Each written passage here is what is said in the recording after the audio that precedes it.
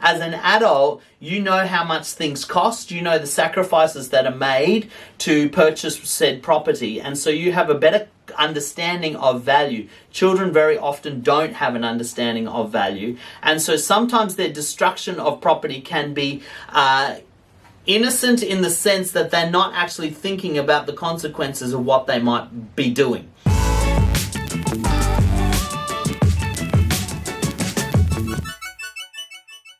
Welcome to the Karma Classrooms channel. I'm your host, Tarun Stevenson, where we are all about helping teachers establish and maintain positive behavior in the classroom. You can catch us on YouTube, Facebook, Instagram, or your favorite podcasting app. So make sure you subscribe and follow so that you don't miss any of our episodes. All right, here's the latest episode. Let's get into it. Hey teachers, this week I want to talk to you about how to respond to students who destroy property. Now, whether this is damaging of school property or whether it's the damaging of your property or maybe fellow students' property, even if it's whether it's minor, breaking pencils or tearing books up, or whether it's major, punching holes in walls, breaking desks, graffiti, all of those things I'm talking about in the context of destroying property. The first thing I think we need to do is understand that the destruction of property is not always the one reason. Okay, there are many reasons why a child may engage with destruction of property. Okay, and so the first thing you've got to really understand is what are some of those reasons. So some of those reasons is this. They may not understand the value of the property. So the context is, as an adult, you know how much things cost, you know the sacrifices that are made to purchase said property, and so you have a better understanding of value. Children very often don't have an understanding of value, and so sometimes their destruction of property can be innocent in the sense that they're not actually thinking about the consequences of what they might be doing. They're just doing it. You know, scraping a thing in the desk may not, to them, seem like a big deal because they didn't pay for the desk. As far as they can tell, their parents don't pay for the desk. So how does it, no harm, no foul? It doesn't hurt anybody. I don't have any perceived value of it. It's an absent-minded disregard of value, not because they're malicious, but because they just don't think. All right. When I was 7 years old, my dad bought a brand new car. And I was sitting in the car one day and I found his Stanley knife or his blade. My curiosity for how sharp the blade was didn't take into effect that my dad had just bought a brand new car. I thought, what can I cut? Oh, I know, I'm in the car. Maybe I'll see if it can cut the seat. And so I ran the blade across the back seat of my dad's brand new car to see how sharp the blade was. Well, it was sharp.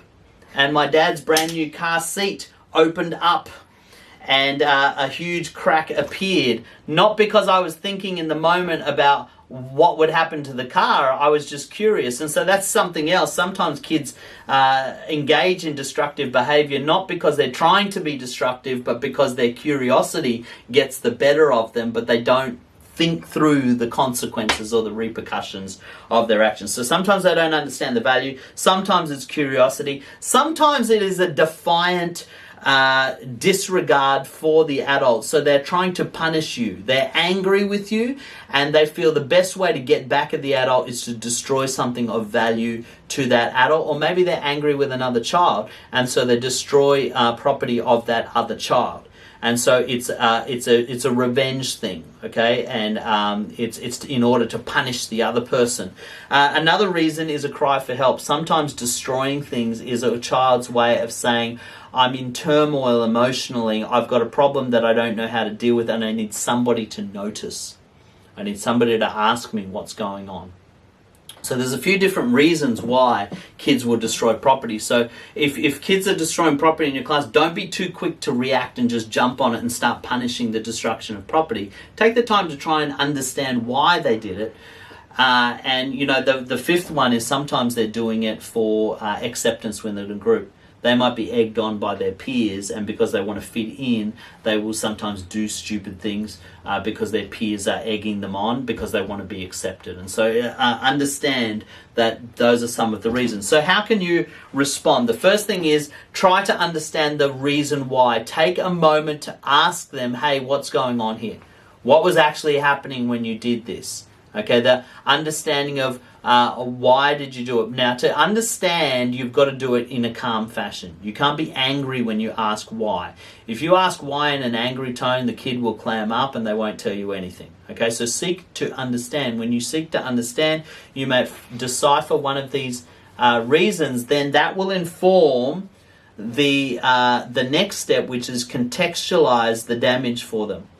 You know, if the kid doesn't have an understanding of value, then you've got to contextualize it for them. You've got to help them understand that, hey, you know, this desk cost the school $250, and if you do the maths in this classroom, we've got 30 desks. How much money is that the school has paid for these desks? Well, in actual fact, did you know that your parents make contributions in fees? And so their fees go towards this desk, and if we have to replace desks that are destroyed, then one of the ways that we would be able to afford the cost is we increase the fees, and then your parents would have to pay more. Do you think mum and dad would be happy about paying more in fees because our desks are being destroyed? The kids would say, oh, probably not. Well, then you've got to think about the value of this desk is not just you scratched in it and there's no value. It actually costs somebody something. It costs the school something, it costs your parents something, and you've got to value that.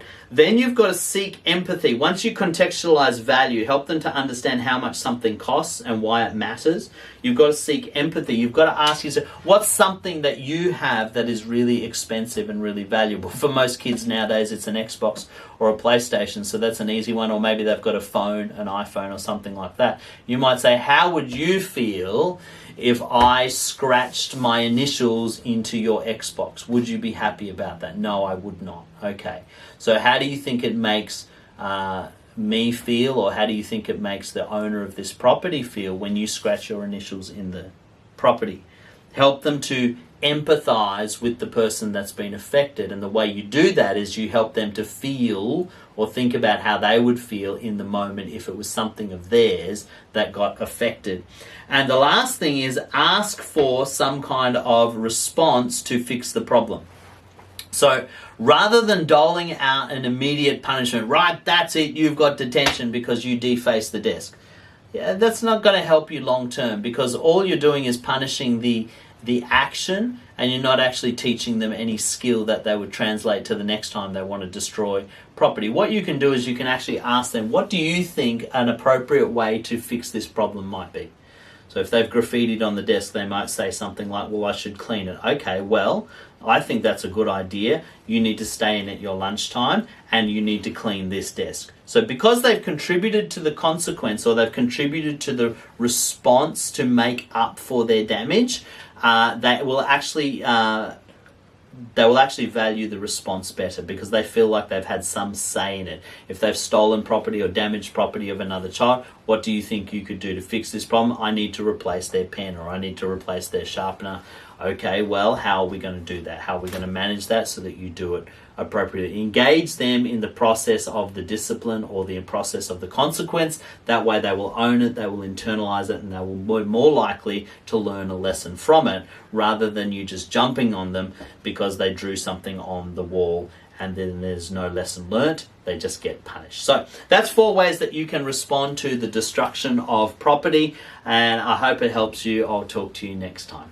Thanks so much for tuning in. I hope you got a ton of value out of that. Don't forget to like, comment, and share with somebody who you think will benefit. We've got a range of online courses, workshops, and also bespoke training for schools and teachers. So if you'd like to find out more, click on the link karmaclassrooms.today and follow us on Facebook, Instagram, YouTube, and your favorite podcasting app. Until next time, I'm Tarun Stevenson for Karma Classrooms.